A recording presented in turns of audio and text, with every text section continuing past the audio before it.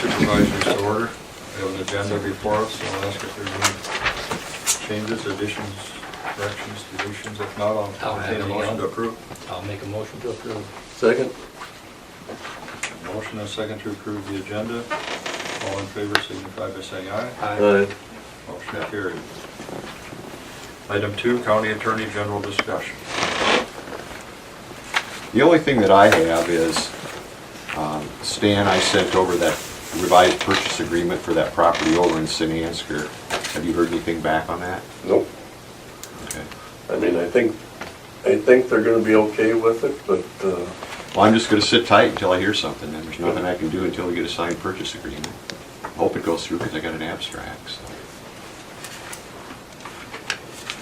That's all I have. Did you have time to look at that, or was you given a copy? I was never given a copy. Can't look at it that quick. No. Okay, I'll take a look at it. Is this that one you and I had talked about yesterday? They were here last week. For the Yes, go-between that's the group? folks right over, sitting over that area. Okay, Yeah. all right. I'll take a look at it. I emailed you back on that other issue. Is there any way possible that we can give the sewer lagoon back to Carpenter? Probably not, no. Okay, all right, that's another question. Would sure save a lot of letting them contract with Mark, other than the county. well, I'll get into that later under, meetings attended, but, Joe Myrie was down Friday to, a state NICOG meeting, and, Debbie Durham, the Economic Development Director or whatever of the state, was there. And apparently the state, Branstad has decided that basically $120 million that used to go to the community development block grants that basically supported infrastructure and that will no longer be going for it. And so they're deciding that these little towns, if they're unsewered, why, they're gonna remain that way. And so they're gonna be putting their money into trying to get us 200,000 jobs. And so they're gonna have a $100 million fund for loan guarantee fund to try to get businesses here. So just to give you a heads up, well, they're probably not gonna be pushing very hard anymore for the Little Cedars, the New Havens and whatnot to get in compliance. Well, the DNR might, but there's not gonna be any money, so who's gonna do it? That was gonna be my next question, is Branstad gonna tell the DNR to not do their job then, or what? Well, but I mean, if there's no money, how do you do it? So, I mean, it basically kills, so that's rather Yeah, I mean, interesting. I'm just trying to, So, yeah, if we could've drugged that out 7 more years. I'm just trying to grasp that whole concept, though. What's that? If the DNR says you have to do it, and they say, we don't have the money, what's the DNR gonna do? Well, you know what happened at McIntyre that time when they were insisting that the 3-stall lagoon and that, and Mayor Richardson basically explained to them that they could take the town down to Des Moines. He didn't care what they done with the town and that, and then all of a sudden they decided they could talk to them, and septics were okay, but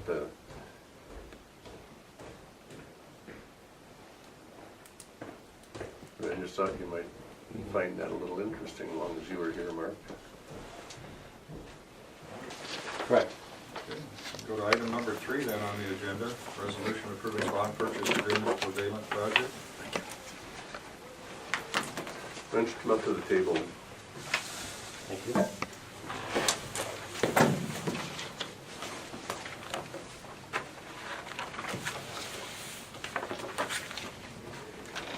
My understanding it's bond for $8,180,000 at 3.2887% interest That's correct.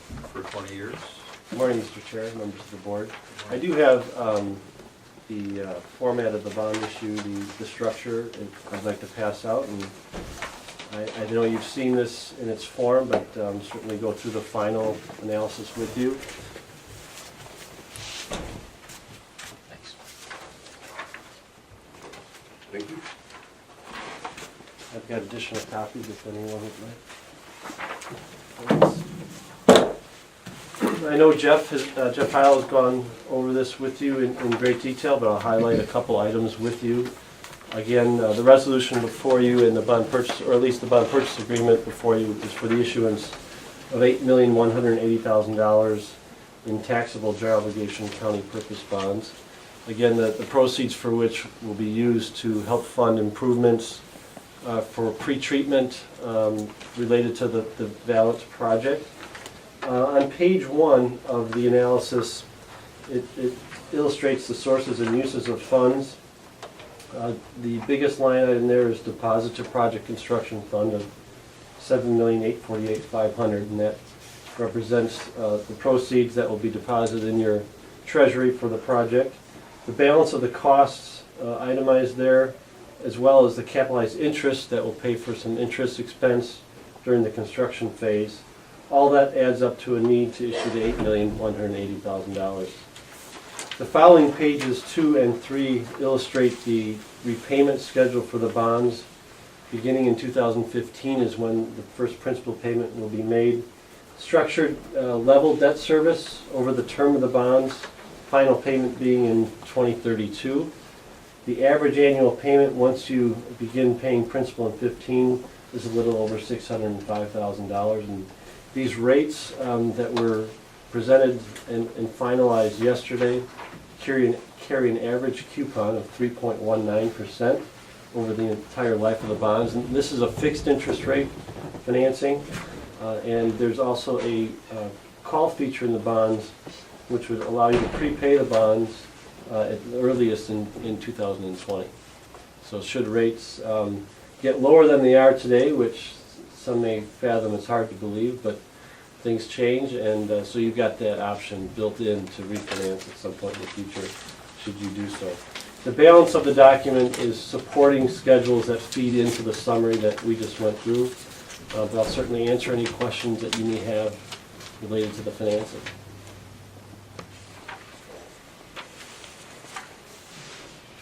I have none. I have none. Jeff answered all mine yesterday, so.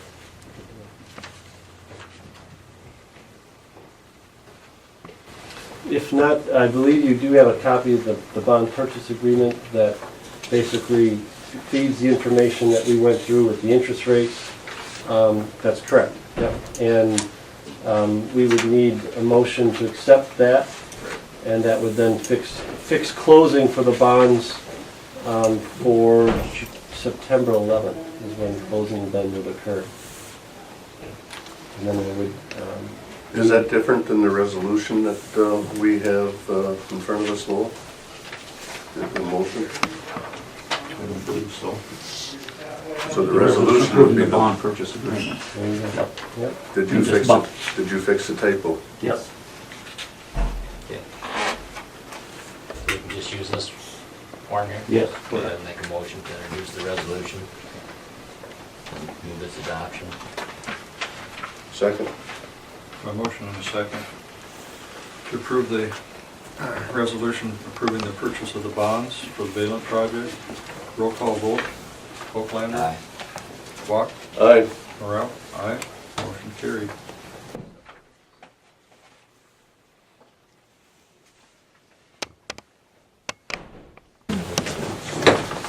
Move down to item number 4, approval of minutes of August 7th, 2012.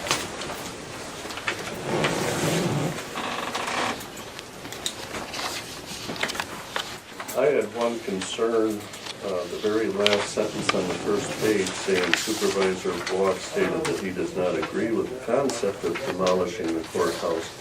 It isn't really quite right, but I don't know how to rephrase it neither. What I was trying to say was just because it said in the notice that we could demolish, move, and that I wasn't necessarily supporting the whole,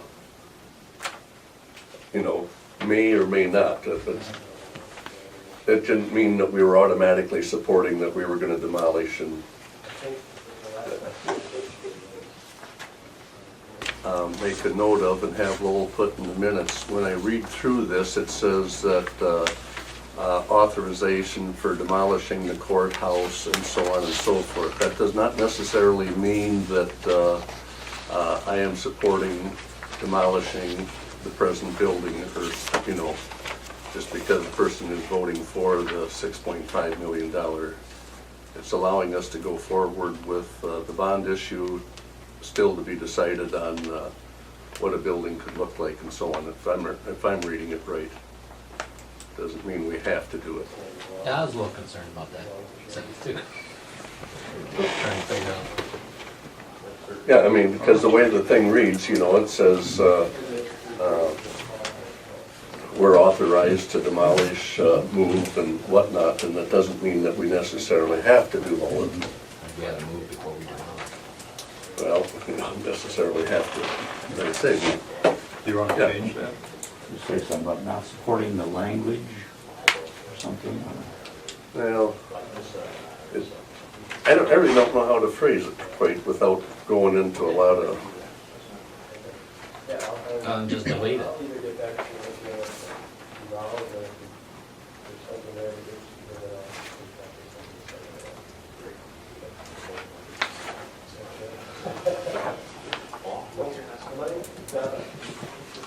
I guess, I mean, we understand what, after this morning, so maybe the minutes don't have to stay good. Yeah, delete it. I had a question about the last paragraph there. What's a zero energy house?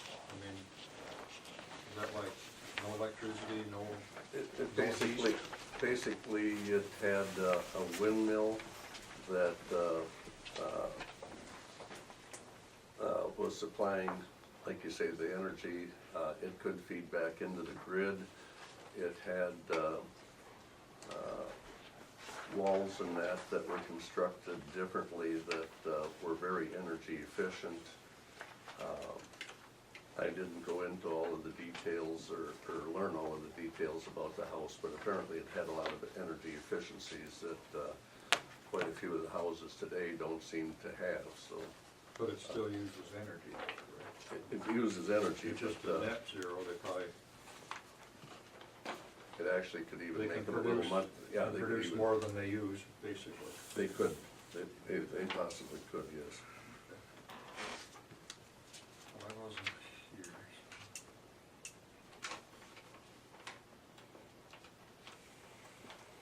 So move with those, with the change. I'll second. Motion and a second to approve the minutes of August 7th, roll call vote, what? Aye. Both by me? Aye. Well, aye, motion carries. County engineer's not here, we move on to item number 6, consideration of Samuel's group proposal. I wasn't here last week, but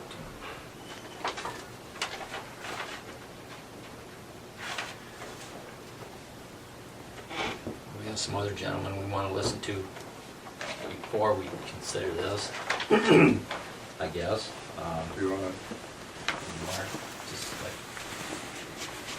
what you just said, if you look at this, handed it back, so.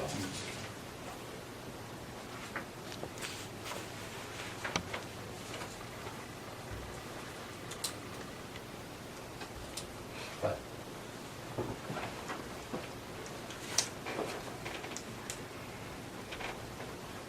well, Stan, you were here and you heard the presentation. Do you want to make any comment on it?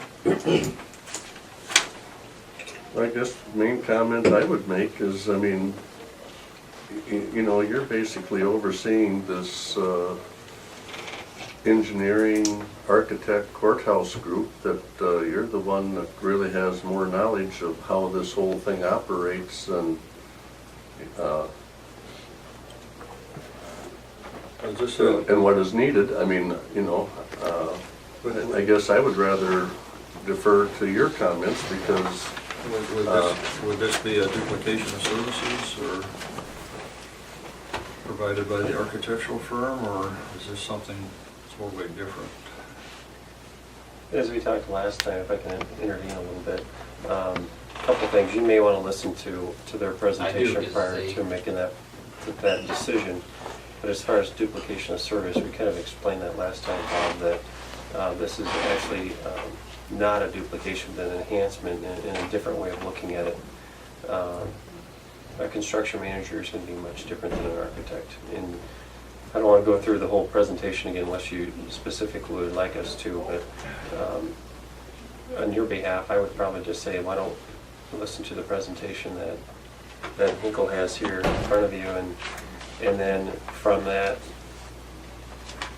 maybe enact that or choose to do what you wish with that proposal. Is that fair? Sure, I'd like to hear. Okay. How long the presentation is it? And so when do you get?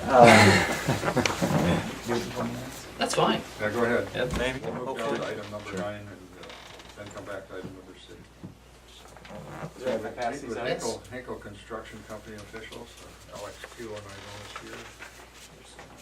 From way back from the get-go, Alex has been, we've been talking. Right, he's and been one of the first been ones here. interested in-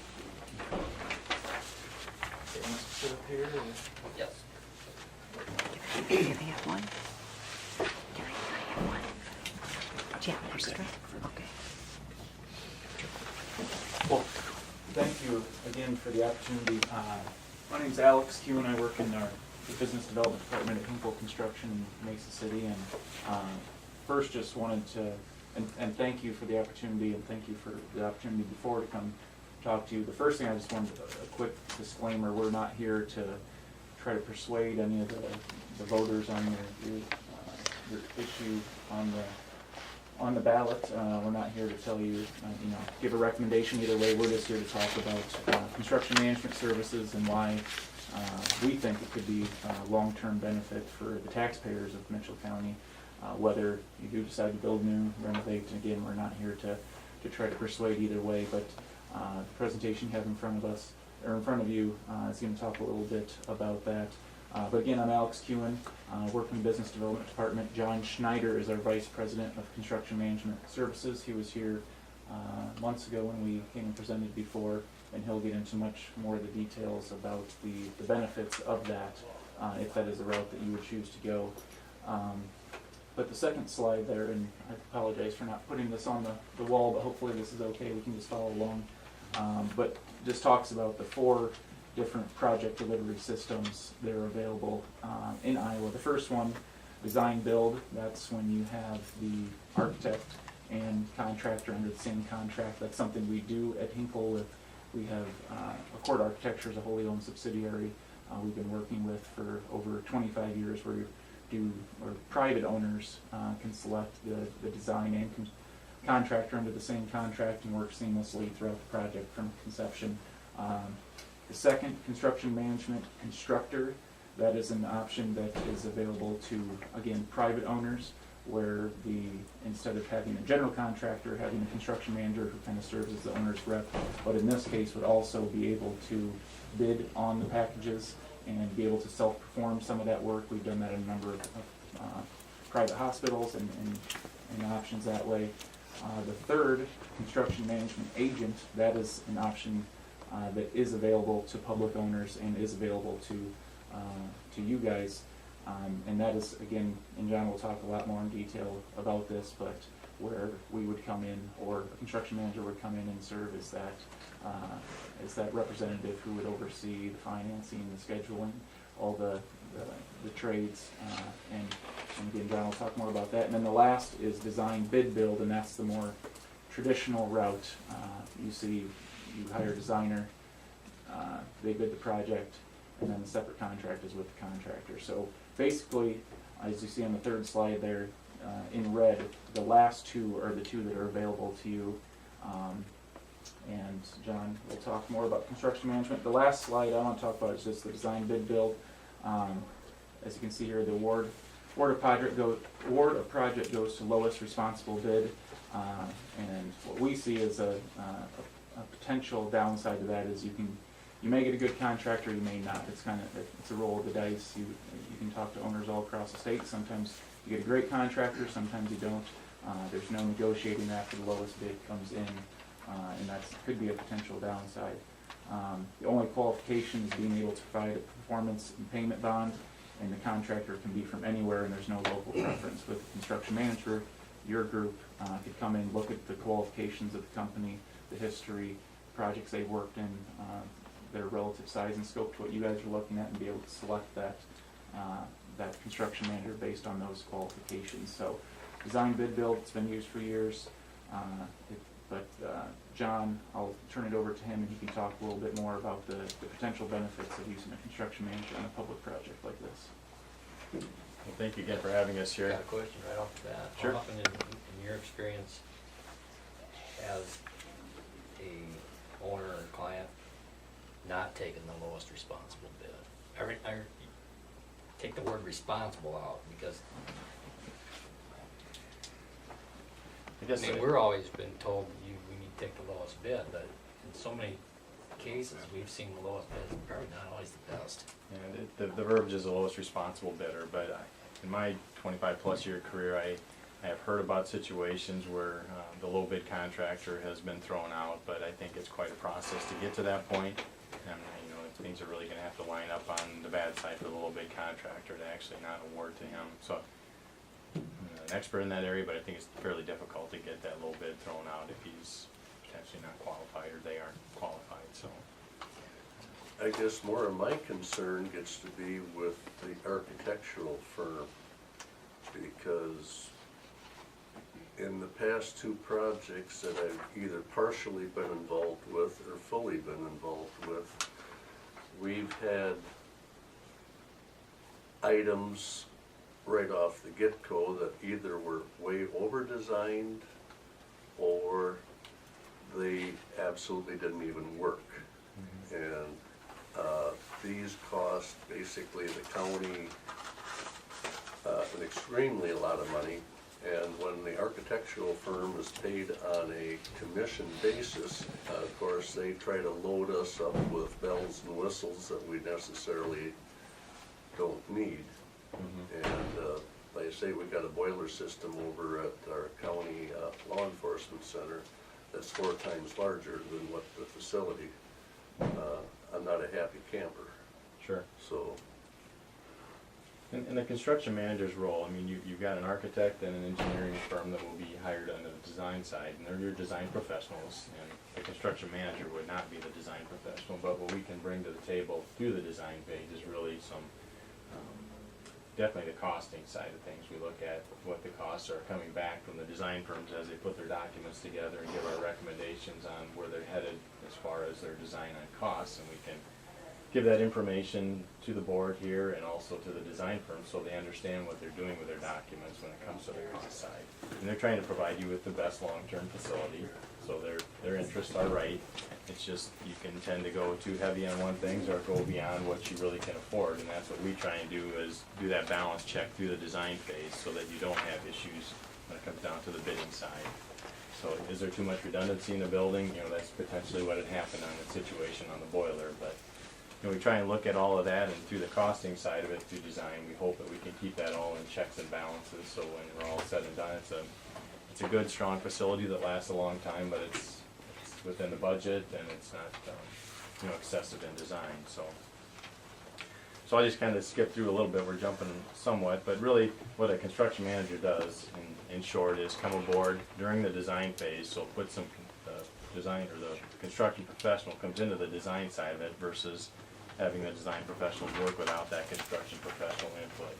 So we work very heavily on constructability issues in the documents as they build those, so we look at things that we see are expensive items to build in. We can provide the costing information so decisions can be made at the board level on whether that's something you really want to spend your money on. So our involvement up front through design is really the piece that we bring to this project. And then also when it goes out for bidding, we look at the area that the project is occurring in.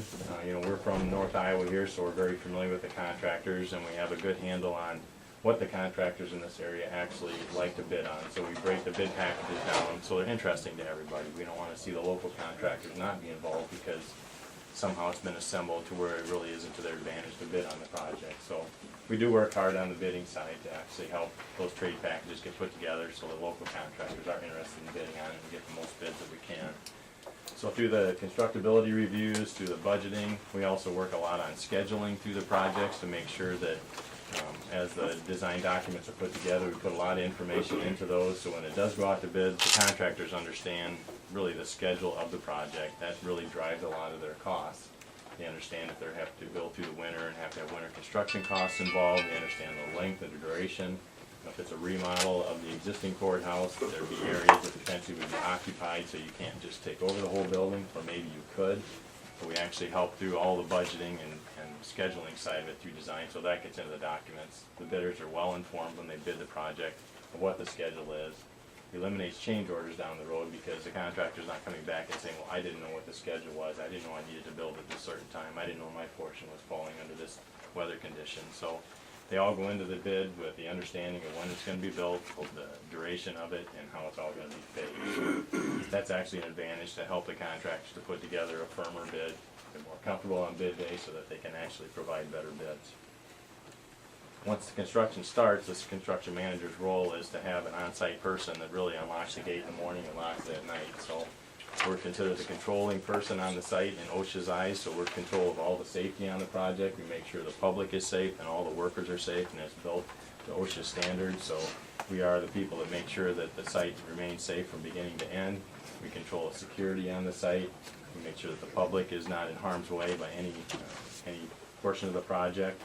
We also deal with all the shop drawing reviews, which that's a lot of detailed drawings that happen throughout the construction phase.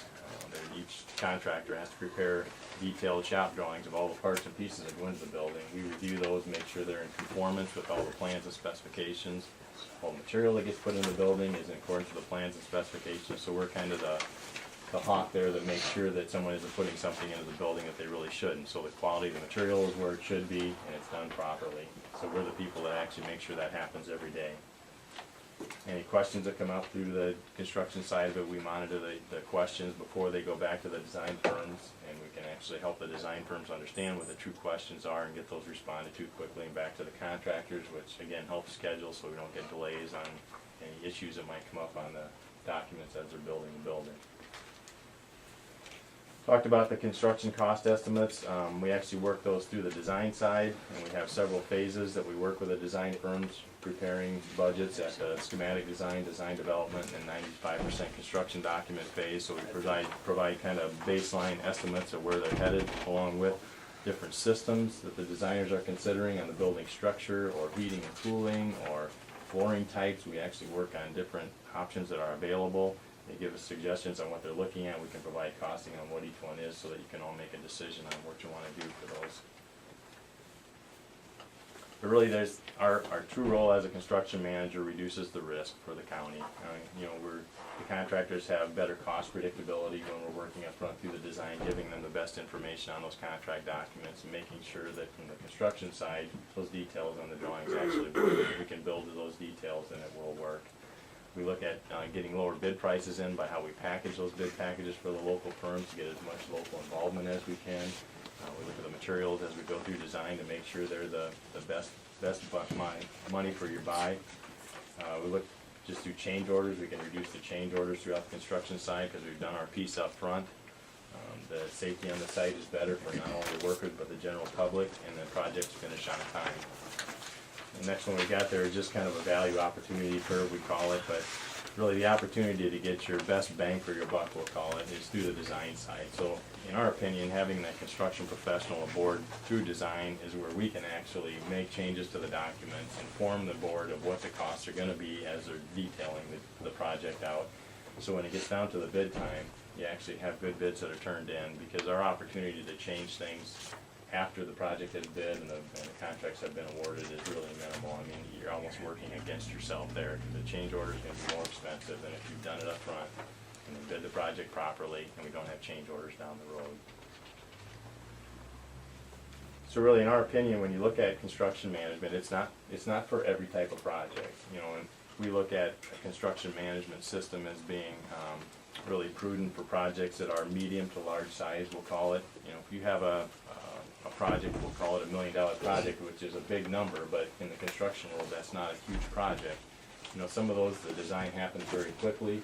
They're typically not projects that are complicated, so a design bid build process for those is maybe inappropriate. If you got a new building that's out there that's $1 million, you're not expecting to have any issues, you know, maybe that's the better way to go. But this one that you're talking about is definitely one that could be complicated, very complicated if you remodel this courthouse, whether you stay in here and occupy parts of it or not. But there's gonna be a lot of complications to remodeling this. If you go out and build a new courthouse, it's of the size where you want to make sure that you can get all that local involvement. You've got the construction input up front during design so that you can get the best dollar for your, or best buy for your money when the project goes out for bid. So either route on this one, it just seems like the construction management process would be a very good application for the board and the county.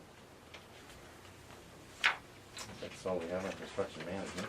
I was gonna say, this second to last slide, our community of projects, again, we're not here to try to sell you on Henkel or sell you either way. This is just a slide, and these are all buildings that most of you probably have been in North Iowa, but just a variety of construction management projects that we have completed in North Iowa, and just to want to show you that we use construction management services, whether it's at hospital facilities, community facilities, libraries, schools, or historic renovation projects. Like you can see the historic parking in Mason City, that was a large, extremely complex project which we were the construction manager on. That was, and if you talk to all the owners and people involved, they'll tell you the benefits of using that delivery system on a project of that size and scope, and how complex that was. But again, that's just to show you some of the different industries and variety of projects which we use construction management services on. And hopefully that answered some of your questions about the delivery system. And again, I very much appreciate the opportunity to present that to you again, and given the opportunity down the line, we'll do a little bit more work on trying to sell you on Henkel, but that's not what we're here to do today. And I guess we would turn it back over to you for any questions you might have after that, and anything we can answer furthermore. But thank you very much. I'd be interested to know who would be a contact person to contact, like, say, the park inn. I mean, as to. We can give you a list of references. Okay, I'd like to see Sure. those. And then you said also, I mean, I don't think I saw in here anywhere that talk about money. I'm sure you're not gonna do this for nothing. Right. Oh, no. And that's, we didn't want to come in today trying to sell Okay. Henkel or our fees and things like that. We were just hoping to present the information. Right, for you and to that's consider. fine.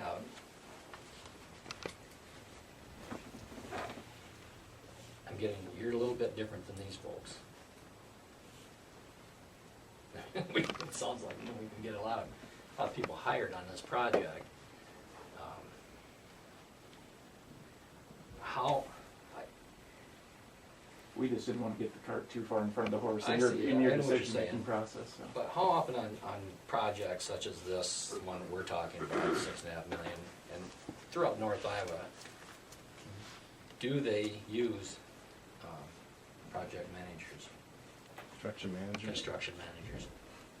I guess I couldn't tell you across the total industry and what percentage are construction manager versus the design bid build, but it's becoming more and more common to use a construction management system, just because you have that construction professional aboard during the design side of it. You hope you alleviate issues during the construction side of it that people have seen. We So- have all seen I guess I would problems. I mean, that's, I'd be reluctant to throw out a percentage here, Joel, without really having any firm background on what the percentage is. But I mean, it's fairly common. I always like to throw out the number. If you have a dollar change during design, it's $1. Dollar change during construction costs $10. Dollar change after construction is going to cost you $100. So the earlier you have that construction professional on board to assist and work seamlessly with the design group is very beneficial in our mind. Any other questions? well, I think I'd like to visit with the architectural firm that we've got and get their feedback a little bit on how often this, what's your experience with architectural firms as they see another group moving in on their territory, basically. I mean, you know, But see, we really don't move in on their territory at all. I mean, our services You dovetail just with work the with design firm. We work right beside them. Okay. You know, we're not here to push their design either way. We're here to give them costing information on what their design options cost. And they can come back to you then and present those options, and you can make a decision that's not only just based on what the design options are presenting, but what the cost of those design options are. So our piece is really to provide this costing information through design, plus helping them assemble information on the scheduling for the project, the constructability. We can give them advice on what things are costing in this area as far as what a detailed change can do for them as far as reducing the cost and getting the same output at the end. So in my mind, it provides a much better project for them. And I haven't seen a design firm that's been reluctant to work with a construction manager, because in my mind it helps improve the project. It doesn't withdraw from it.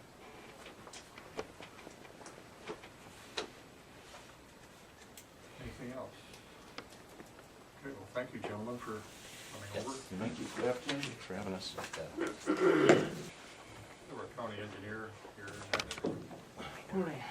Get him out of the way so he can get back to work. What we got going on this week? Finishing the rock run up out of Coster Quarry today, and we're gonna head over to Dino Quarry. Dino's the last quarry we're gonna run out of, so. We got about 3 guys out blading today. We got some good moisture in the roads. We can get them shaped back up and get some of the washboards back out of them. We're getting ready. We put in 2 of those rail cars yesterday on Timber Avenue. The other one's gonna come Thursday. You have them in, did you Yep, say? we put them in yesterday. There's 2 in, we got another one coming. I think they only had 2 trailers to haul with, so that guy had to go back down and bring the other one back. Oklahoma. Yeah. So, made a little difficulty getting it out of the yard yesterday. A little longer than normal pipe, but, they got them set. They're working on it. Grout scouts are coming in on, east of Stacyville. We've got some culvert work that's getting done. They're gonna come in and kind of fix a few pipes so we're all set up there for when we pave that in a couple years. We're getting, the natural gas at the county shed. You know, we talked about getting rid of the LP. The LP tanks are setting in, the county home facility now. We sent out quotes to get, apparently we need, the piping in the overhead units is for LP is higher pressure than natural gas, and the piping for the natural gas needs to be bigger. So we have to get some quotes, or we got some quotes. I don't know if we've got them all back yet, but the cost to switch that over up in the main shed is going to be kind of spendy because all the piping has to be changed out. First we thought it was just orifices, but now it's piping. But I think the way the natural gas prices have been lately, I think we'll still be okay as far as, it might be a lot to recoup, but I think in the long run, we don't have to worry about filling up, running out. It's just gonna be a constant feed. So we're proceeding with switching over to natural gas yet. The natural gas tank over there, I don't think that we wanna utilize that based on, it's a little bit longer than we really need. I know it's got a lot of gallon potential. We're still waiting with Johnson Oil yet to come back. We wanted to sit down and talk with Johnson Oil about new tanks and a card system if we were gonna share, to find out what those costs are. We thought it might be better instead of just, obviously Johnson Oil, if we buy a tank from them, we can, if they were interested, we can kind of do a trade or whatever, get some credit, but we also thought maybe since it was county property that maybe we should talk to maybe other construction firms that might be interested in purchasing that tank, or we could always cut the end out and use it as a culvert somewhere. I don't know if that's what you guys really want to do, but those are the options. With a dual wall tank, we don't have to worry about as much area around the tanks to have a berm. If we use that tank, it's a single wall, we're required to put a berm around it. It's got to be sealed, it's got to contain more than 100% of what's in the tank, so it's going to have to be a pretty good sized berm. If we go with a dual wall tank, we don't need to have that berm. And I think that might be better off in our potential lot in St. Ansgar. So otherwise, that being said, I guess you guys have a preference on what you wanna do with that tank? Just check all the options and get the best deal. That's Okay. be my take on it. Like I said, we haven't gotten too many prices back yet, and I still wanna have a sit-down talk with the school just to see if there's any possibility that it could work out a lot better for us. Guys are gonna be cutting that brush on Dancer and 380th today. There was some site visibility issues with that. They got some time now where they can get to it. One thing that Are they taking Tor down with them? I believe they are, I'll find out for sure. Because it doesn't do any good to cut that and 2 years later we're back there cutting it again. Usually they do. I'll check and make sure that they put something on there, because, yeah, we don't want it growing back again. It could be a pain in the butt. The DOT is gonna be paving, overlaying 218, I believe next year, from Floyd to Highway 9. That's the schedule. What the DOT's been doing in the past is they've been offering up to the counties while they've got a contractor in the area. And Floyd County did this on Highway 14. Some counties are doing it, some counties don't really see the benefit to cost of what it entails. But what they do is they will pave the gravel intersections about 50 feet from the edge of the road. What it does for the state is it minimizes how much gravel gets drug onto the state highway, but we have to pay for it because they won't pay for that kind of an improvement.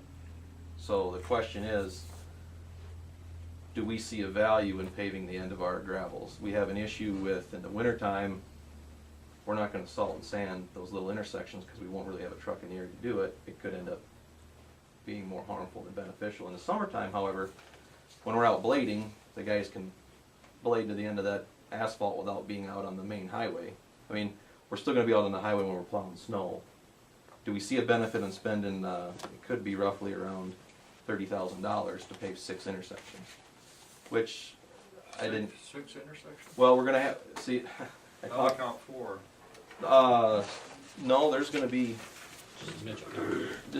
there's gonna be, well, then Floyd County says we have to share it, but he said he would take care of it, but we've got 4. this one, Right. there's 2. Oh, this you're one. counting 2 at each intersection? Correct, I'm sorry, yeah. Okay, Yep. no, yeah, I'm with you then. 3 intersections, 6 Right. billets. 6 approaches. Right, yep. And they'll be, I think they put them in, they'll evaluate the soils, core them out and everything, but we're talking about 6 inches of asphalt. So I wanna, not all counties do it. Could our 30,000 be better spent somewhere else? I don't know. 30,000 per intersection? Well, no, that's gonna be total, it's about, yeah. That's just an estimate, we don't know because they haven't gotten their bids Sure. back in, they just kinda gave me what typically has been running. How long do you have to decide on this? I think they wanna start getting back in about a couple weeks here to find out for sure. We can't wait through the winter to see how Well, it comes out. it'd be on that. nice because, but what they wanna do is they wanna put it in the bid document so the contractor's aware that he has to do those intersections, so they've got the quantities built into the plans, so that we know the pricing. Can't they put it in as an alternate? Well, You could throw in, keep it or? the other option we could do is maybe, I don't know, hire them separate if we decide we wanna do it. If they've got, Really the advantage, other than Well- not dragging the rock onto the road. that's probably, there, you know, one could argue there's some safety with, when we're out blading in the summertime, when we gotta pull those radiuses in and out, you know. Maybe there's only a couple intersections we wanna do. But in the wintertime, when it's icy. When it's icy, right you on got through the that. intersection. The flip side of that is the state's salting and sanding, does some of that kind of residually stay there? You know, it depends. I mean, it looks nice when you're driving down the road. It does. Floyd County, they've been doing it. I don't think Howard County does it. I mean, it's just a matter of choice. So, Have you talked to the Floyd County engineer to see what his opinion is? yeah, he just says, you know, he likes the fact that when the guys are blading, they don't have to mess around at the intersections when they're. No, but I mean for winter time, have you asked him about the winter time? He says that's a toss-up because you're still trying to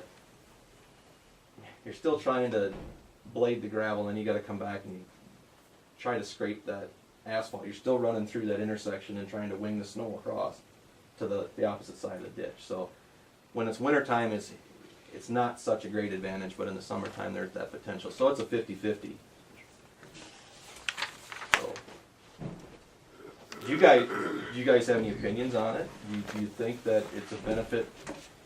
I can see where there's a safety benefit, you know, in the summertime. The guys can run off and, you know, if we're on the road groomer, it might be a lot easier. But, yeah, you know, I'll look into the budget a little bit and see if there's some wiggle room. Maybe Well, it's, that's where we had that accident that time on the Red Road on the county line, you know, because Was- the grader had to pull into, you Okay. know.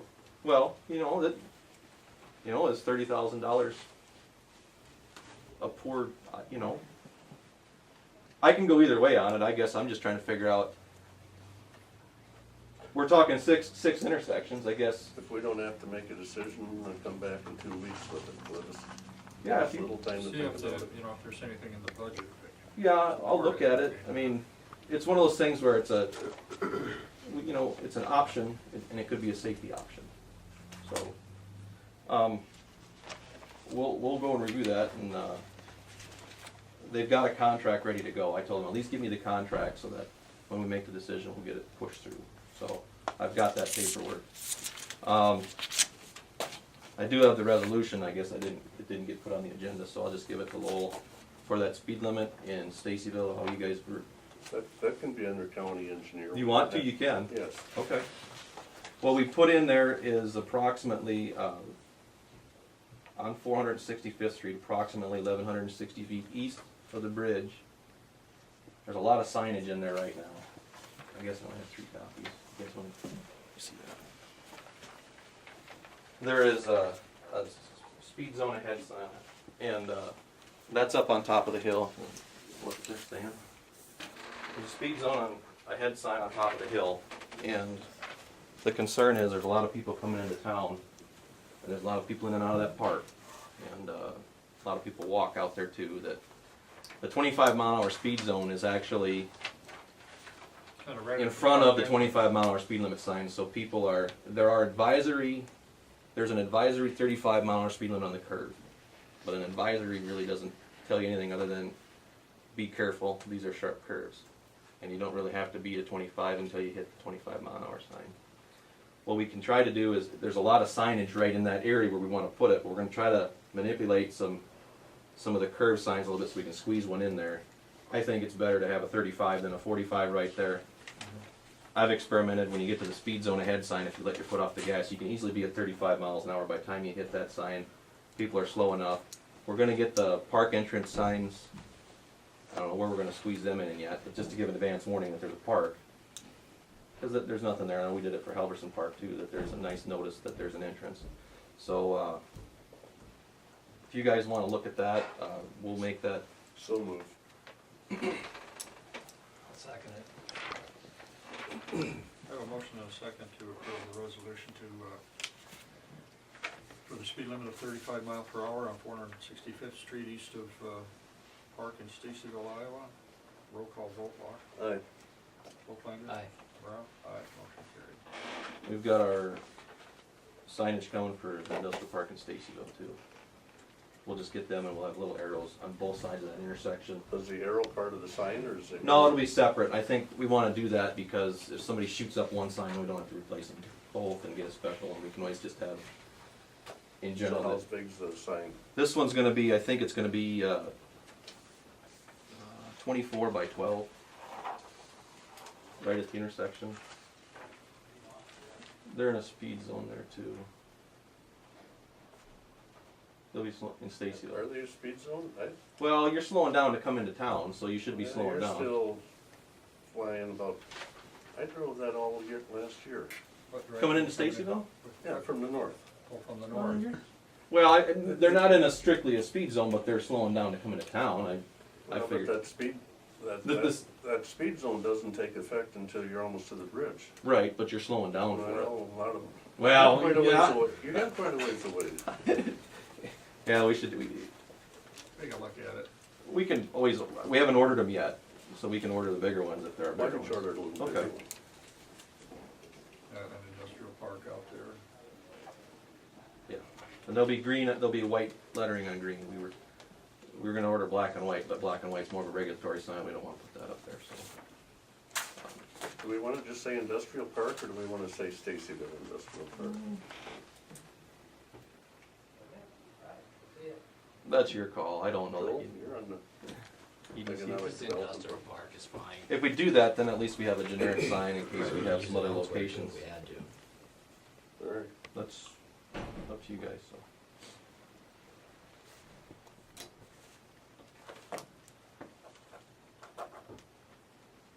That's all I've got. I did talk with, folks yesterday on some rocking that we had done over there. But I had to ride with David. yeah, he called and I looked at it, and of course by the time I got out there, a lot of it had dried up already, but I see something just as weird, because we've got the gradations, and the gradations on the rock that was put down there is almost identical to the gradation of what's on the other side. Well, I shouldn't say that because I don't have the Stevens quarry gradations, but what would typically come out of Grundell. If it was supposed to come out of Grundell, their scale was down that day, and so that rock may have come out of Stevens. But we've got a lot of small fine, you know, the gradation on the 200 sieve there is between 6 and 16, I think. And they're running real low on that fine. What seems to be the problem is these other quarries, the fines seem to be more rock fines as Yep, opposed to. the clay. This is Yep. more clay fines. So I'm trying to figure out what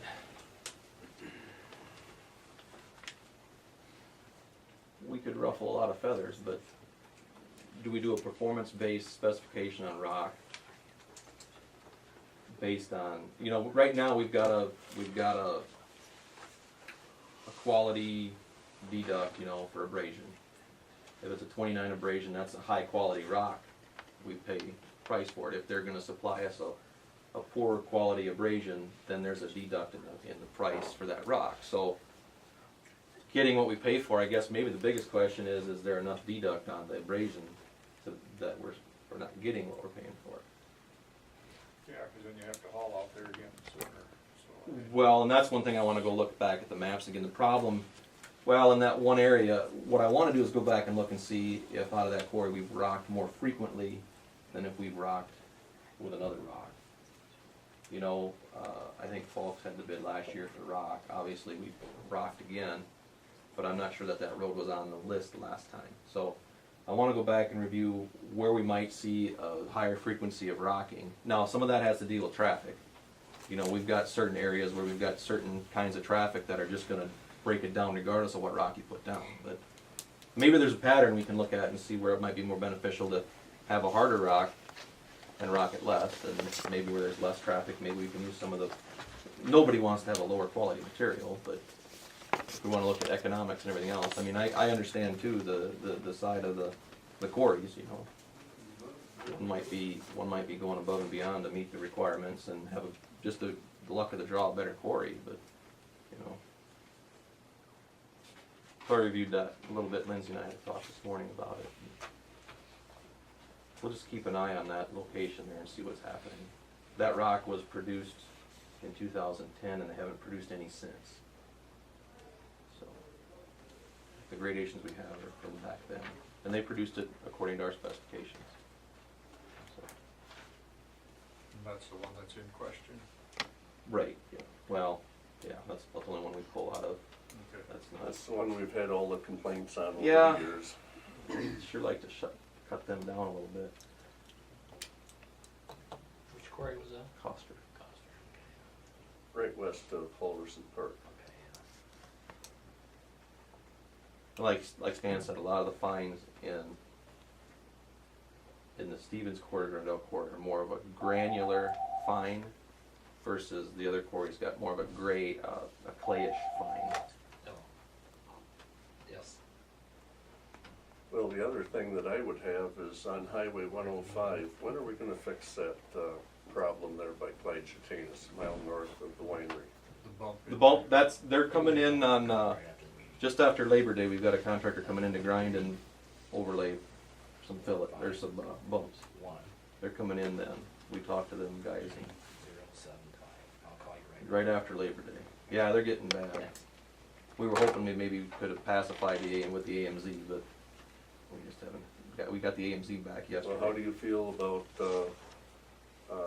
that new work that you done up by Otrano? I like that. I think that's gonna, I forgot to take a look at it when I was going by last week. you know, there's this whole appearance, this aesthetic thing about, you know, I looked at it, you know, when you drove it before we did it, everybody, you know, it's a pretty nice road, it's pretty, you don't see all the deficiencies, but when you start walking it, you see a lot of those cracks, and when they're out there doing it, they walk those and they see all those little cracks. I know Hyde had a different belief in sealing, but, you know, with the way budgets are, yeah, we spent $25,000 to seal those, but we probably gained 5 or 6 years out of that. I heard Well, we that had a too. sealing machine at one time, didn't we? Well, we rented one last year. No, but we had. We had one, I think, also from what I was told, but I see a benefit in preserving those roads, and if you can get them early enough. Well, we got another one, you know, right west of Mitchell, that 2 miles. Yup, That thing is going, Yup. busting up quite badly. I had that company come in this spring, and I told them where I wanted them to look, and I thought maybe we'll just see how this goes. I'm really impressed with what they did and how fast they did it. You know, they came in. They're the only company that really came in and sat down and talked with me about their procedures and everything else. But I think we can schedule more of that stuff. I think that's some good stuff to do for these asphalt roads. If we can gain life out of them by keeping the moisture out, we might be better off. Well, one of the other things, you know, years ago, we used to make the tour with Hyde. Mm-hmm. We We haven't can done that. certainly do that. That's. Well, we really should. I We think haven't we done should. that for. Do you want You to? guys done that the first year you were here, weren't you? That's the last time we. Do you want to do that in the spring or No, fall or whatever? fall, because make our decisions for the spring. Okay. I would. I mean, I'd rather do it in the fall, because by spring, we've already made our decisions. Well, that's Over- true. Yep. By spring, we've got the budgets figured out. Yep. No, I agree.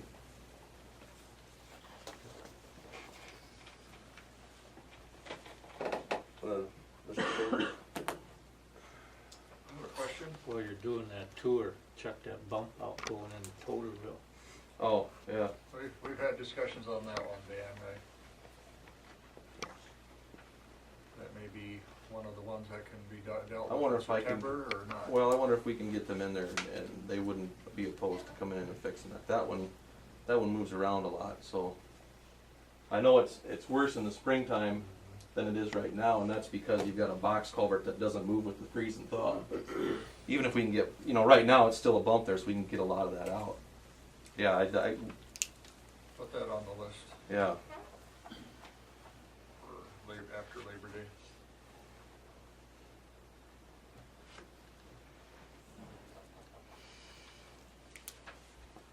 that's all I got. Anything else for Rich? On that natural gas, you gotta run new piping out there, you said. Is that flexible or is that gonna be steel? Well, it's up in the ceiling, so it's gonna be black pipe. It's It has to rigid. be back. Well, I'm thinking it has to be. They have to go to like an inch instead of 3/4 or something like that. Well, what's up there now is there's some 3/4, a lot of it's, trying to think now. There's some places where it's reduced to almost a half. But I think the minimum was 3/4 to an inch. So, but you know, the natural gas volumes in the country are stable. LP fluctuates with petroleum. Okay. Secure. Yeah. Oh, the lot. I took a look at that dirt we have. There might be a fair amount that we might balance. We might be a little shy on dirt if we pull from the old one to the new one, but I think we might be able to make that work with fill. So, Well, how much big stuff can we actually have on that lot as a base for us? I the mean, big stuff, what do you mean by big stuff? well, like Okay. limestone, you know. A lot of that's on the very bottom. No, but I guess what I was asking is, you know, a number of new Oh, houses, I got number you. of new houses How much again can are you put- being built at St. Ansgar, that basements, they gotta get rid of that material. That might be an opportunity for us to obtain that material. Our fills aren't gonna be probably more than 3 feet, but in some locations, like where we wanna put a salt shed or something, we can put some other stuff out there. Because we could get the word out that we would be receptive to. Yeah. You know, they wouldn't necessarily have to haul it so far. And Under the building, I wanna have some of that more finer material, cause we're running plumbing and stuff, but yeah, we've got other locations that need to be leveled, where the fuel tank is gonna sit, where we got a salt shed. Well, if the rock run's done, we need to move fill, we got a bunch of trucks, don't we? Mm-hmm. Saving money already, aren't we? Well, if we get a lot bought. I think that's coming down, isn't it? Are they working on Yeah, that? just waiting for the purchase agreement. Okay. I talked with Tom Madden last week on the fill of the ditch over there for Valent. We may, if they wanna fill that ditch in from the quantities he's telling me, he may take that whole pile. Out there. Yeah, which would be fine. We probably take one load for every 2 or 3 we bring in, so Okay. it's a good place for it, so. When we get closer to you guys building that, we'll know for sure where we're at on that. And I think that even if if we fill in the ditch where they're just needing it, and when the Valent project gets done, if Valent's got dirt left over, there's probably an opportunity then to get some of theirs. I think Pop's gotta haul it out at the end. We'll just see how that works. I'll work with the Aggie on some of that. Well, that water line's going right down the ditch. See, and that's the thing is, it'd be nice to have the dirt now, so when they put the water line in, they're shallow. They don't have to dig the 7 feet, and then we fill on top of it another 4 or 5, and then they're, so if we had the dirt, we don't have enough to do the whole thing. But I think the focus is to do that. Get my bearings, the north side ditch first, Right. and then maybe sneak our way to the north. The north side, sneak our way around going north and do the east side, and the other side we can fill as we need.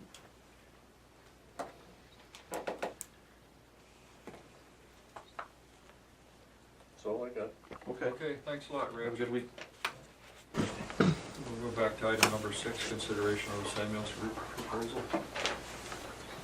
Here were some questions that were brought up. I wouldn't mind bringing some clarification to that may help you out in your process. And one of the questions you asked was how much construction management is actually taking place. A project similar to this in northern Iowa. And there are a number of them. Just this morning on my way here, I was reading through some articles. The hospital up at Storm Lake is 100% construction management. We proposed construction management with Mitchell County, the hospital here. We ended up working up at St. Ansgar. We've done it for Upper Iowa University as well. Decorah is using construction management. One of our major references is the state of Iowa. And we were doing construction management for them in Fort Dodge and in Sioux City. So there's, as you see, a lot of public owners are looking at really how can we put that expert onto our site?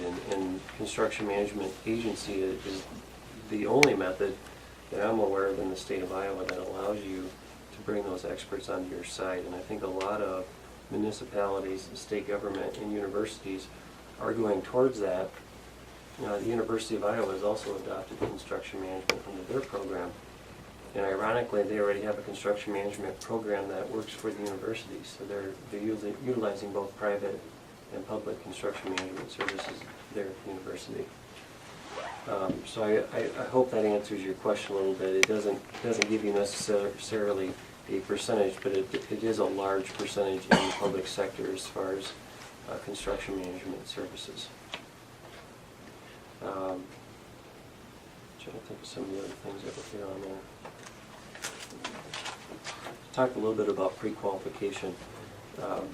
Do understand that during, similar to a design bid-build situation where your general contractor would hold the bond, your individual trade packages would hold the bond as well. So the painter would have to hold the bond, a concrete contractor would hold a bond, and it becomes pretty critical that the construction manager understand the people in the community and are not necessarily in Osage, but are what we would consider local.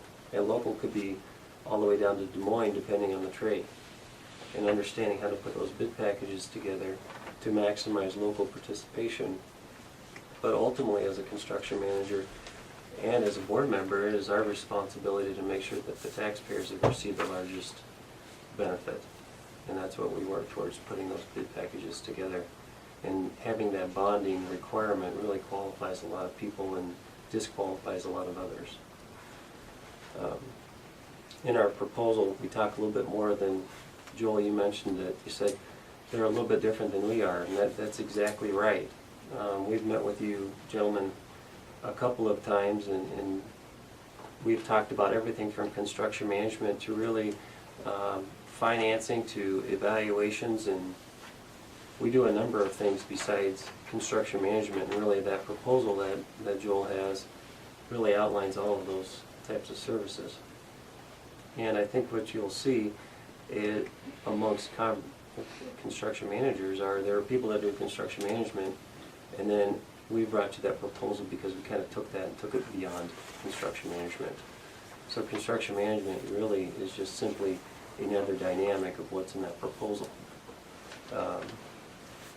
And I kind of wanted to bring that up as well. Well, you're just saying now that you do also the same thing as... If you look at the you said. proposal, the way Right. the proposal was set up, we do the construction management as well.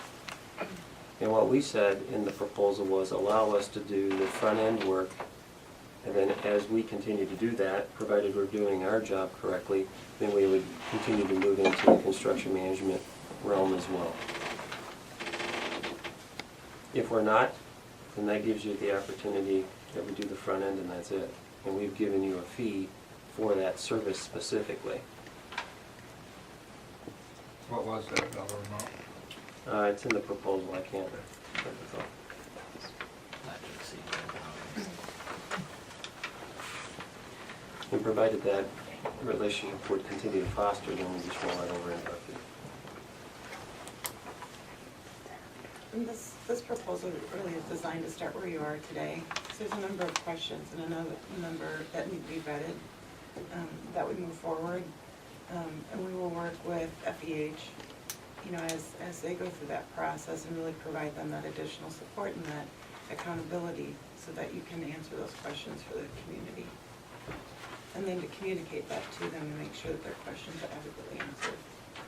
Stan, you brought up a question again. I heard it 2 times in a row, and that was in regards to that boiler system. And I think you heard 2 different answers.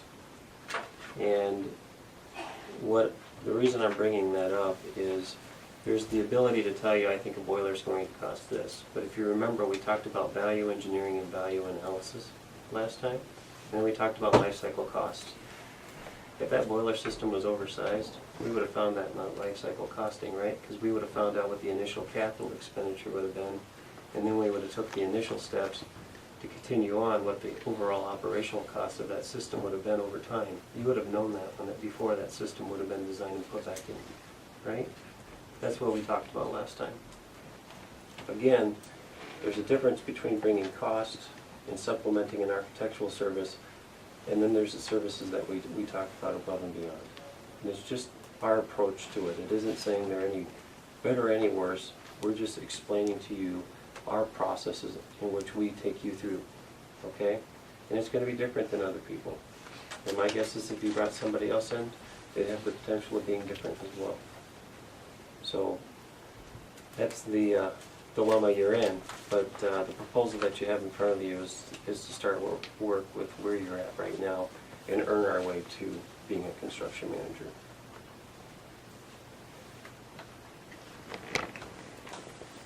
I don't know, Well, I don't think we can make a decision today anyway. I mean, no. I want to mull some of this over again. And I don't know, I just almost want to wait till after the election, but that's just me,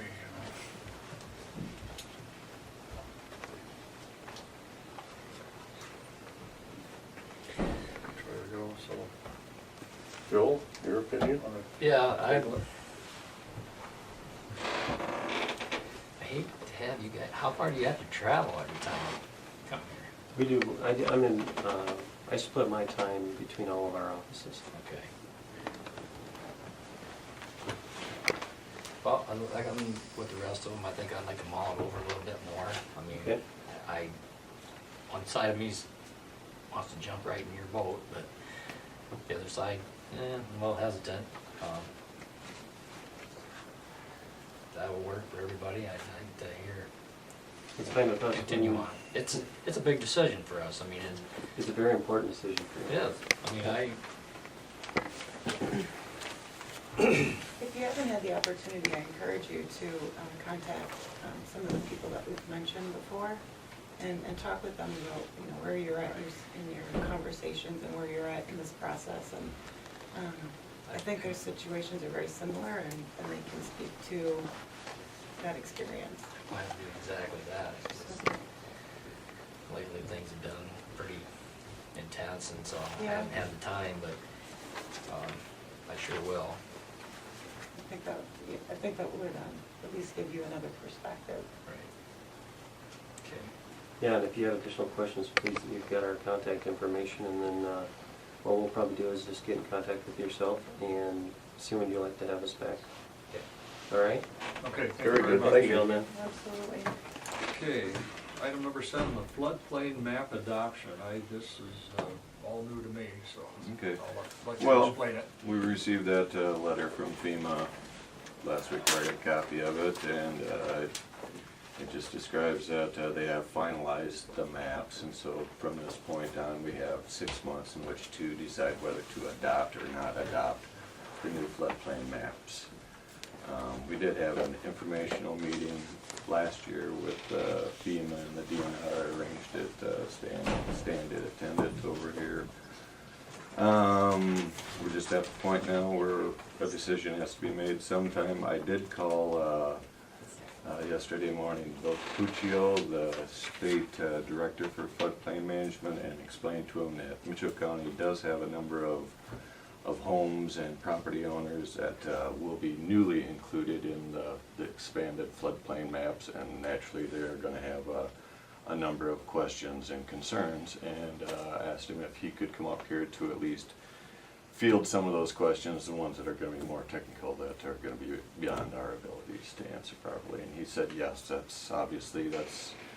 this is a statewide thing. That's what they've been doing for the last 6 months down there, is going to all these meetings, and they're booked up for the next 3 months, but they're certainly willing to put themselves on the schedule to come up here to help field those questions. So that's where we're at right now. So when you mentioned about finalizing the map, when we had those meetings, or that meeting that day, Yeah. I brought up concerns on different areas that had been changed, that had never flooded in '93, and that now they're saying this is part of the floodplain. Right. And at that time, they explained that there was not going to be any changes made to those maps. No, the only way you can change it is to go through a LOMA, a letter of amendment, where you have a surveyor come in and actually prove that, yeah, this obviously is not in floodplain. I mean, That can happen? yeah, sure it can. I mean, Because it's happened a couple of times. They didn't explain that at that meeting that day. Well, sure they did. It's a No, they didn't. letter of amendment. We've had 2 of them done in this county already. I mean, anybody has a right to dispute whether or not they are in the floodplain. Well, I think that's why these folks are here. Well, sure. Now, let's go through this letter of amendment then. Sure.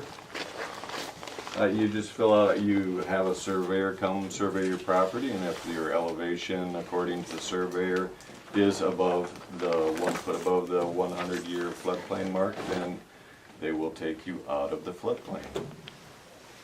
But if you are not, then you're still classified in the floodplain. So FEMA came in and changed this previous map, They've expanded it, yes.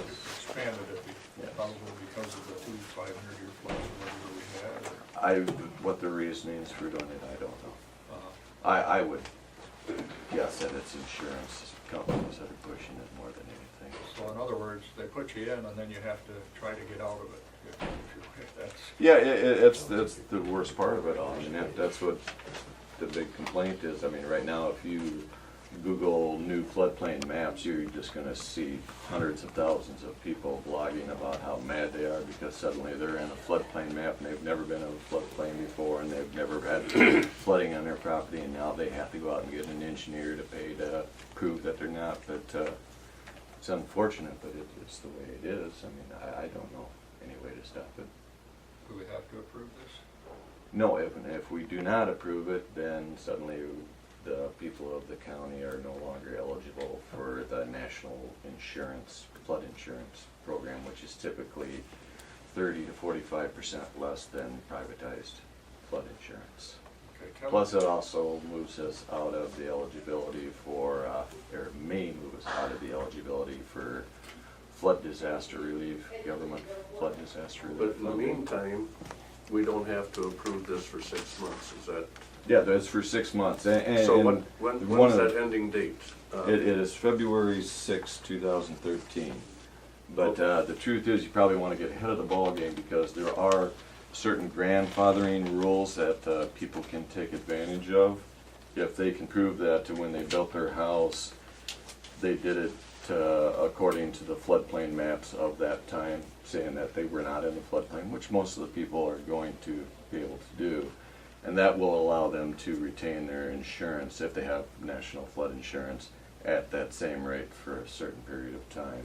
Again, we're going into some of the technical areas that you almost have to be working with this floodplain stuff every day to understand all So that. in other words, we would be better off to wait until January sometime if these folks want to try to to get out of the floodplain. But yet again, if we don't do anything, it really puts the county at a disadvantage. Right.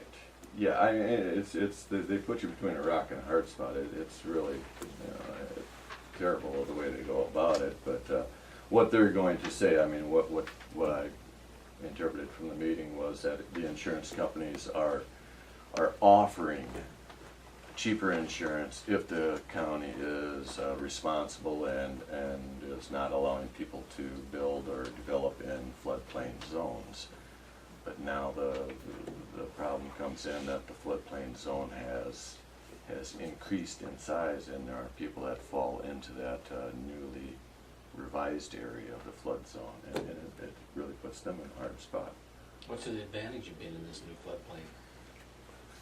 The advantage of being in it? There is no advantage of being in it. But then you can get lower cost insurance. Oh, you mean for the county to adopt I mean, right now, we currently are No, a but I mean, member these of folks, it. if their houses right now are high and dry, never been flooded, Right.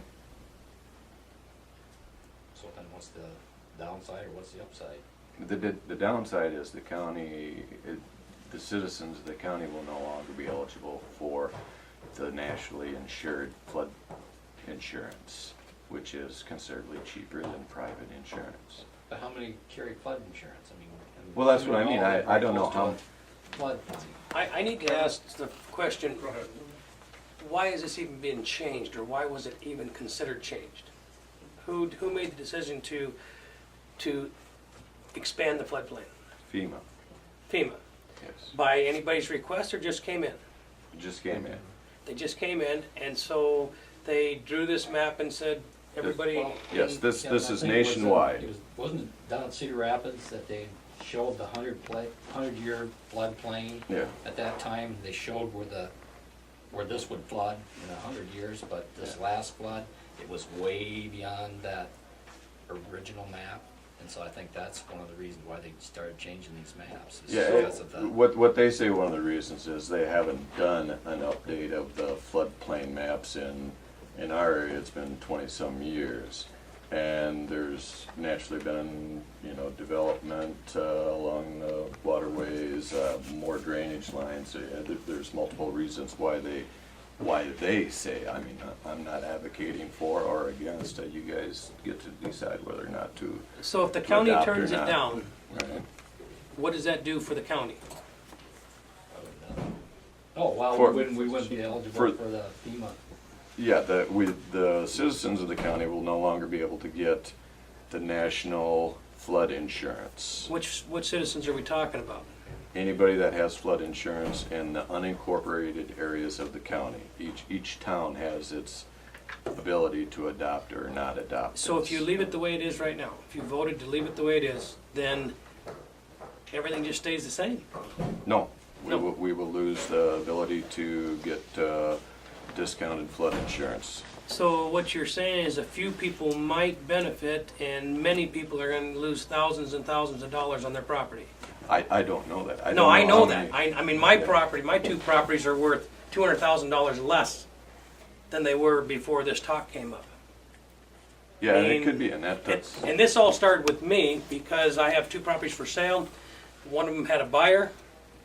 All of a sudden, Maine Realty says they backed out of the deal because they went to their loan officer and you're in the floodplain. I said, no, I'm not. And then he handed me this map and he says, yes, you are. That's where it started with me, and then we got into talking, and because nobody knew anything about this. All of a sudden, we're in the floodplain. I mean, I've got $750,000 worth of property sitting up there that I wouldn't have built it there if. That's what I'm trying to figure out. Who's benefiting from this? FEMA and the insurance companies. I mean, Well, screw the insurance companies. They got plenty of money. I mean, that's the only thing I can see. I don't I'm just understand. trying to figure out how the county is And even. They're holding us over a barrel, basically. I mean, they're saying if you do not adopt this, then you're no longer eligible for this discounted insurance, and you may not be eligible for any more disaster relief funding because we're not responsible and we're allowing people to build in floodplains. Well, because last flood we had, I mean, how many thousands of dollars did we have in damage to our road system and Right. bridges and things like that? You're basically saying that we wouldn't be eligible for that It says may. May, okay. That means vague, It's their choice. yeah.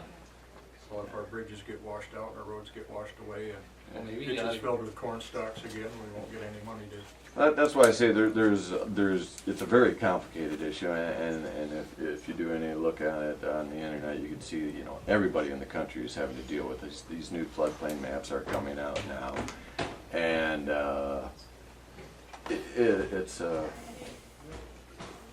the only way we're going to be able to really get the right answers is to have the professionals come in here. Are they coming in? This- That's my next and he question. will Are they come. I gonna mean, that's why I'm here come in to. For a meeting or anything Yeah. up here in this area somewhere, or? Well, he said to call, to talk to you guys. This is what he told me yesterday morning. He said, talk to you guys, and if they feel that they are going to adopt it, then he will come up here and attend the meeting. But in the meantime, wouldn't these folks be better off to go ahead and possibly hire that surveyor, engineer, whatever?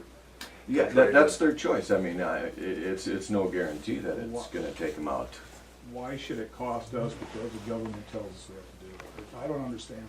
That's the Something big else forced down controversy. our throat. You know, We're as- just, Another mandate. I've got pictures of the 500-year flood. I'm gonna try to forward it to you, Bob. Okay. It is nowhere even close to where they got the floodplain, not even close. It's 8 foot more before it crests onto where my sand pit is now, 8 foot. What are you talking about, 10,000 year flood? It's- How do they come up with these numbers? Well, they come up with those numbers. They use LiDAR. It's a new system of radar mapping. And they claim that it is, and I'm not trying to sound like I'm advocating this, because I am not, but I'm saying that they claim that it is so far proven to be 97% accurate.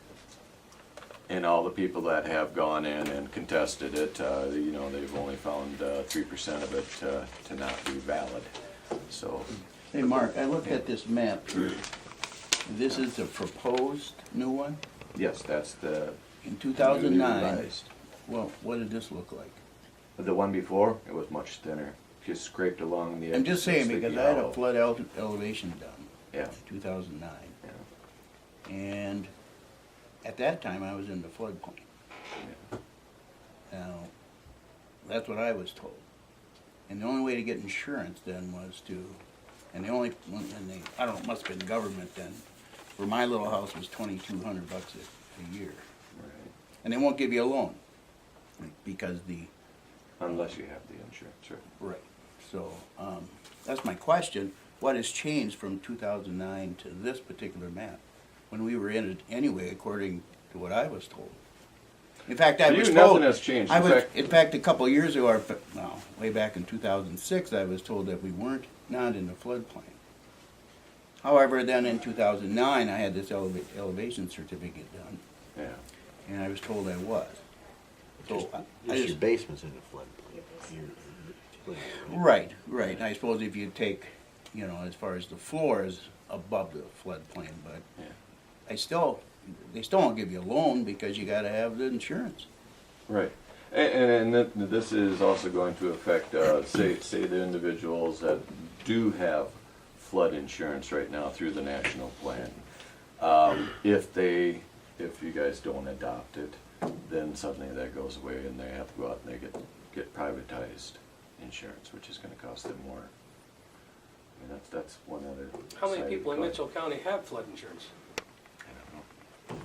Not very many, I'll bet. I would think that if you take the people that are outside of the floodplain, there's probably not that many. So, Got the new maps, Mark?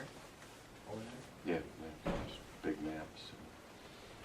I mean, you can also look it up online too. It's, all you do is go to FEMA online and you can punch in your address and it'll show you the same map that you got right I just there. don't like the idea that after the fact, now we're being told that our property's worth a lot less money and after the fact, I mean, it's like, yeah, if I was a stupid person that built the floodplain, well, then I did what I did. Nobody's to blame but me, but all of a sudden you're throwing me into something that, But keep in mind, this is not the county government doing this. No. And, you know. but it's the county government that's what's gotta our vote on if they legislature wanna saying? adopt it or not. What's the You legislature know, say? even if we don't adopt it, that doesn't mean your insurance company's not gonna come to you and say, you have to carry flood insurance. I don't have flood insurance now, don't need it.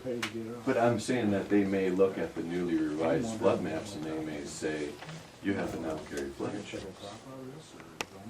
Mark, you mentioned something about the grandfather rule. What do you mean by that? What were you meaning by that? I don't know all the details of it, but from what I understand, the godfathering rule is that if you currently have insurance, or if you can get insurance at least 2 months before the adoption, then your insurance will remain that same amount. It won't go up because you were newly into a floodplain zone for a certain period of time. So the only way to, is do a letter of amendment and prove that we're not in a floodplain to get out of it. What if you have documentation from previous DNR rulings and things like that in before buildings were built down there? Would that be something to submit besides that? I'm sure that could be part of your LOMA request, yeah. If this is benefiting the county, which it sounds like it is, if it goes through, good for the county. I think the county should help us figure this out. I mean, they should be hiring a surveyor and helping us people out. If it's gonna help the county, they should help us. Why should we have to eat the cost to benefit the county? Well, I mean, That's my Sure. thought. I mean, I'm not here looking for something free, but I don't like something shoved down on me and taking money away from my pocket because it's gonna benefit the county. I won't either, but I mean, I guess the supervisors need to keep in consideration for if you decide not to adopt it, when you start getting phone calls saying, hey, suddenly my insurance went up double. So because what? you guys aren't I'm here continuing. saying my property's worth a lot less I money. know. That's So what I'm it's saying. a catch-22 situation. How are we gonna make everybody happy? You're not. I mean, FEMA has left the burden on you guys to piss somebody off. You know, one way or the other. Steve, you got that paper? This was given to us when we got our, what do you call it, papers on our land. Okay. This was sent to Vern Tanner from the Department of Natural Resources. 1994. What the important part says, we provided our estimation of the 100-year flood elevation at the project site. The applicants have since provided survey information which indicates that the natural ground elevations for the proposed subdivision area are above that of the 100-year flood. Therefore, a floodplain permit for construction of cabins within this subdivision is not required from this department. Right. Now they're saying, forget that. That's exactly what they're saying. They're just changing it. If that could go like with our letter of amendment. That would, Yes, yeah, it yeah, could, I that's mean, something you'd need to send with that letter of amendment. yeah, if there's already been surveying done on the property, then there should be known elevations. I don't know how long the surveying, I mean, if you handed them a survey from 50 years ago, I mean, obviously they're not gonna take it. But, so I don't know what their time frame of acceptance for surveying is. But, that could possibly save you the surveying costs. What's the cost of survey? 500 to 1,500, depending on where you're at and how much you gotta do. Each property has to do that, or can it just be a blanket? I think they just got a blanket area up there. Did you have to do yours? 1,500. 1,500. Where would we find out how long the surveying lasts according to like the laws and? like, I can call, and that's another reason why I wanted to get Bill Capuccio up here to answer some of these technical questions. There's no way I can. Does that mean if I it's think we need to get the head honcho up here The sooner the better, because time is ticking. Yeah. And that's why, I mean, like I say, if people wanna get in on that godfathering thing, you know. Yeah, you did get mention into something it. about the grandfather clause or something, Yeah. so I'd like to find out more about that. Well, but how about if we don't do it at our meeting? I mean, we could have a regular meeting. Right, it has. That we can attend, but, Right, it can't be, Not during the, yeah, not right, during. not during a supervised meeting, just a separate meeting specifically for this. he said to find out, what day of the week would work best for you guys. Well, So what'll I'll work work it best out for with, these folks? I mean, that's. Okay. Can we request a letter sent to? so Or you want an so we evening know meeting when or it a- is? Oh, when the meeting's coming up, yeah, I'll definitely send it to anybody that Lowell has on the roster here. Okay, thank you. But as you can see, supervisors, it's a major concern to property owners. Oh, definitely. On our side, where, like I said, we're asked to lose and somebody else is gonna gain. It's like, okay, how does this balance out? Yeah, it doesn't. And I honestly would have not did what I did, knowing, I realize that. And I think the unfortunate A truth federal is, decision apparently from yeah, somebody's being lobbied by the insurance companies, I'm sure, to. yes, yeah, it's gotta be what it is. But the unfortunate truth is, I believe that even if they don't adopt it, it doesn't mean that, you know, people are still going to consider that your property is in a really formed floodplain zone. They came through and they did the elevations with their satellites or whatever. Yeah. Why can't we use those? You can ask him that too, if you can, I know. At no cost to us. I mean, what they'll do is they'll say, well, we did it once, this is the numbers, you want us to go back over, and if they did and they come back with the same numbers, then, you know, nothing would have been gained. One thing that the county might wanna keep in mind is that all these properties, I don't know how many other properties, I don't know if Cedar Village is included in that too, because I haven't seen an extended map. But that'll also reduce the property value of all these properties, which in turn will give you less tax dollars to work with. I mean, that's another consideration. That's true, very true. So it's in our best interest to get this resolved. everybody's interest. Right. Yeah, I don't disagree with you, Calvin. Somebody pull a rug out from under me, I wouldn't be too happy about it either. Well, like I said, I didn't know anything of it until it came back to me and said, our prospect, it can't jump because their lending people won't touch it. You're in a floodplain. I said, no, I'm not. Well, I knew nothing about it. It'd probably touch it, but the cost of their insurance would be so sky high. Yeah. they wouldn't- Well, they just backed out. They didn't. So, okay, then, Mark, you're gonna try and Yes, I will contact this arrange. individual and set up a date, what's convenient for these folks, evening or daytime meeting, or? I don't know if Bill's available evenings or Okay. not, but I will tell him preferably we would rather have it at an evening. I'm assuming most of Would you that would be rather more have it at an convenient evening. for everybody involved? I'm assuming y'all work for a living yet. It'd be good to try to get it settled before elections. Well, sooner the better. Sooner the better. Sooner the better. Yes, I will check into that and get back to you and let you know Okay, as to when he can come up.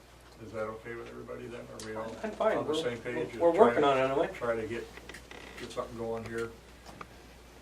These mandates come down and blindside us. So thanks, Mark, For all the bad news. for coming in to. How many?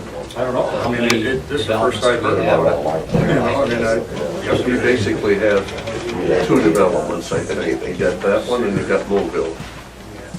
Well, if we had to help out with the surveying, I wouldn't have a problem with that. On Mobile, do you remember in '93, they had a picture of the flood of '93 going right through what was Bob Kratz's window that time? I think I said, And so some of those houses are definitely in the floodplain. but they're in it right now, probably, aren't they? Well, they are in the floodplain, and it didn't show up in the floodplain. I mean, this map is all screwy. But yeah, no, I wouldn't be doing anything down there because they actually are in the floodplain if they show up. Where's this? Right north of the St. Oscar, around the bin, isn't there, something like that? You go, you cross the bridge on 105. You cross the bridge on 105, you take a right, and you go about 3/4 of a mile, it looks like it's just a farm driveway. Okay. And you go beyond the silo and that, and there's about 15, 18 houses back up in there. Okay. If you go on Google Earth, you'll be able to see them. It's right there, that little triangle along the river. Okay, right in, okay, sure, yeah, I've been down that, on Dogwood there. Yeah. Okay. Yeah, I know where that is, yeah, I always wondered what that was. Yeah, some of those would never flood back in there, and then again, like I say, there's, When that flood was in '93, that New Haven caught it, but I don't know how much of that's in the floodplain at all. Right. As far as yeah, people that'd being be- affected, there anybody out here in the new edition or mayor edition? Anybody close to the I floodplain? think so. I think it's out there. I think you're right about New Haven, yeah. So I don't know about that one. Riceville, Wapsie floods occasionally. Part of that may be in the floodplain. But I think we should just wait and see what if we get this meeting together and see if these people can get grandfathered in before we talk about surveying. Well, I mean, I would. If it isn't that big a deal, we can. Her assessment would go way down and all that. Oh, yeah, I mean, it's to everybody's benefit to get this Well, resolved, But I mean, truthfully, there's at how many homeowners? And again, $1,500, I realize 1,500 is, a good chunk of change, but if that actually cures the problem, I wouldn't dilly-dally around, because you might send this in to the government, and they take 4 months to make a reply. No, that's true too. The federal government does not, the federal government. The wheels of bureaucracy turn very slow. So, Amy's probably got that much in her budget, don't she? I mean, I definitely, if I was a homeowner down there, I wouldn't mind kicking in $300 to try to get my, Oh, yeah, right. But I would have to find a surveyor first and see what their fees are. If Yeah, it's $1,500 each, or if it's $1,500 for 4 or 5, as long as it's right in the same area, it would. Isn't that what Weary does? I don't know if he's a licensed surveyor, but Who's that? Jim Weary? Isn't Well, he a yeah, surveyor? I don't know what his. you'd have to have a licensed, I mean, you'd have to be a Yeah, licensed he'd surveyor. have to be a professional, not. Because he'd have to be able to sign off on it saying that He he's- signs off on all of our road surveying. well, he may, Check it out. he may check it out, but I'll bet you Richie signs off on it. There we go.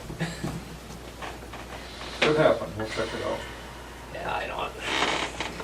Okay, items of note, item 8, meetings attended. had a meeting last week. I had the NICOG meeting, and that was really one of the bigger concerns, as I mentioned earlier, that the governor's going to be basically taking $120 million from the Community Development Block Grant Program that really has funded a lot of what NICOG is doing, and it's going to be going into, matter of fact, really what Bob and I ought to have major concerns, because it even sounds like in most counties, the only thing that they're going to be trying to help with on these government guaranteed loan programs is your county seat towns. So the Stacyvilles, the Ricevilles, the St. Ansgars, we may have some good businesses that, but they're not going to necessarily be a priority one. They're putting a lot of their efforts into the Golden Triangle. And so rural Iowa again, the governor can see benefits for Des Moines and that, Cedar Rapids and so on. He doesn't see a lot of benefit for us. So we ought to be concerned on what's happening here on this part. And it's just like you say, kind of getting the word out right now. So CDGB grants or what? Community Development Block Grants. Yeah. CDBG. Yeah, Community Development Block.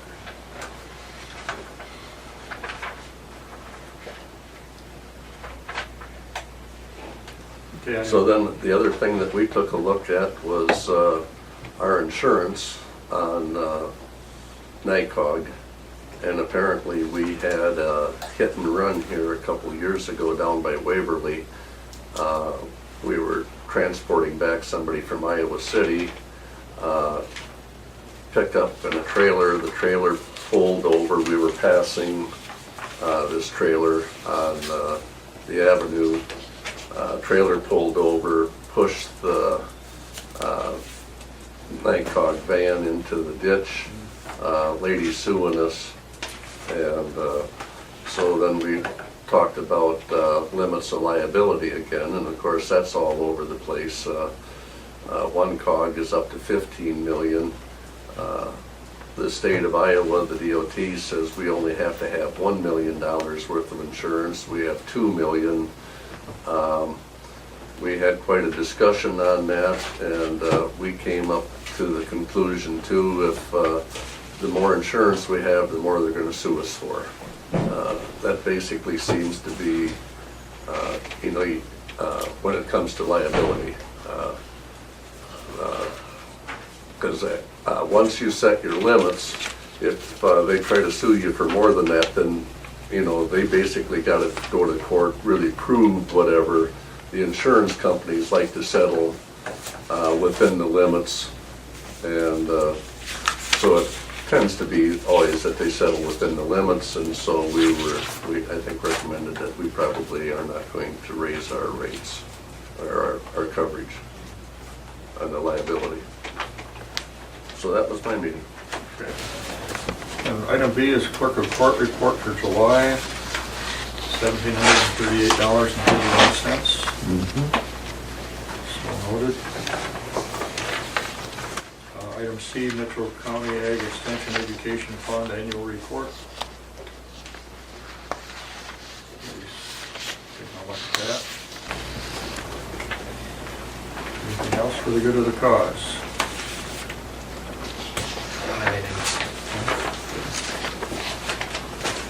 Okay, we can adjourn at 10:18 then, Will.